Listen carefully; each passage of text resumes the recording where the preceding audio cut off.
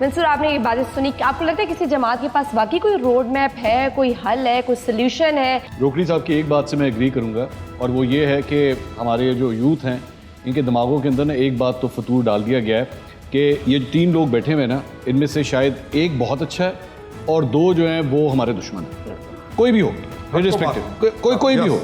اگر کوئی نون لیگ کا سپورٹر ہے، نہیں یہ غلط ہے۔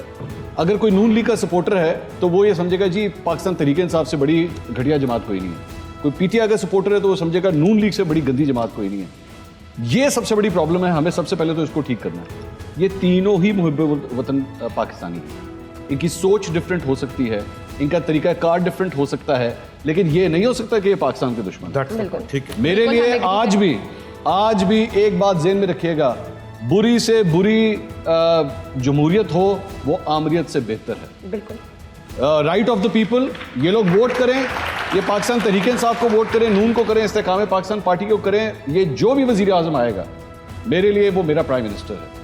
میں نے عمران خان صاحب کے بطور پرائم منسٹر میں نے انٹرویو کیا، میں بہت بڑا ناقد تھا ان کا، لیکن جب میں ان کا انٹرویو کرنے گیا میں نے خود ان کو پورا پروٹوکول دیا، because he was my prime minister, simple is that, بات ختم۔ سو ایک تو یہ سوچ تبدیل کریں، کیونکہ اس نے جتنی پولرائزیشن پیدا کر دی ہے ہمارے یہاں پہ، رشتہ دار آپس میں لڑتے ہیں، بھائی آپس میں لڑتے ہیں، ایک دوسرے کی شکلیں نہیں دیکھنا چاہتے۔ سب نے اچھے کام کیے ہیں، سب نے برے کام بھی کیے، غلطیاں بھی ہیں، ان سے ہے کی بھی انہوں نے غلطیاں، مجھے پتا ہے، ان کو بھی پتا ہے۔ سلمان اکرم راجہ صاحب میرے سامنے بیٹھے ہیں، میں آئی ہیو ریسپیکٹڈ ہم اے لاٹ ایز اے لائر۔ ان سے پوچھیے، ایک سوال آپ نے ان سے پوچھنا چاہیے تھا۔ آپ کو پتا ہے میں نے آج تک سلمان اکرم راجہ صاحب کے ساتھ کبھی کوئی پروگرام نہیں کیا۔ ایک سے میرا سوال نہیں، وہ یہ سوال میں رکھ لیتا ہوں، یہ جواب دیں گے اس کا۔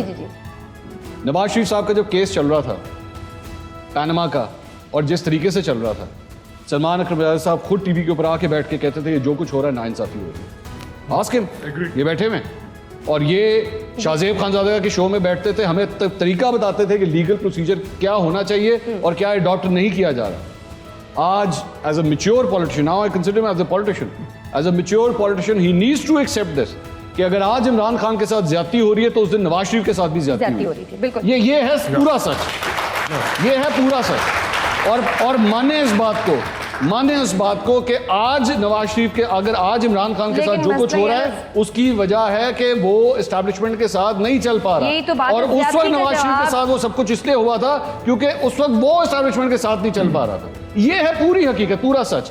ان لوگوں کو آدھی بات بتائی جاتی ہے، ان کو کہا جاتا ہے پینما کا جو کچھ ہوا، ان کو کہا گیا پینما میں جو کچھ ہوا تھا نا وہ بالکل ٹھیک تھا، پر ہن عمران خان کے ساتھ جو کچھ ہو رہا ہے غلط ہے۔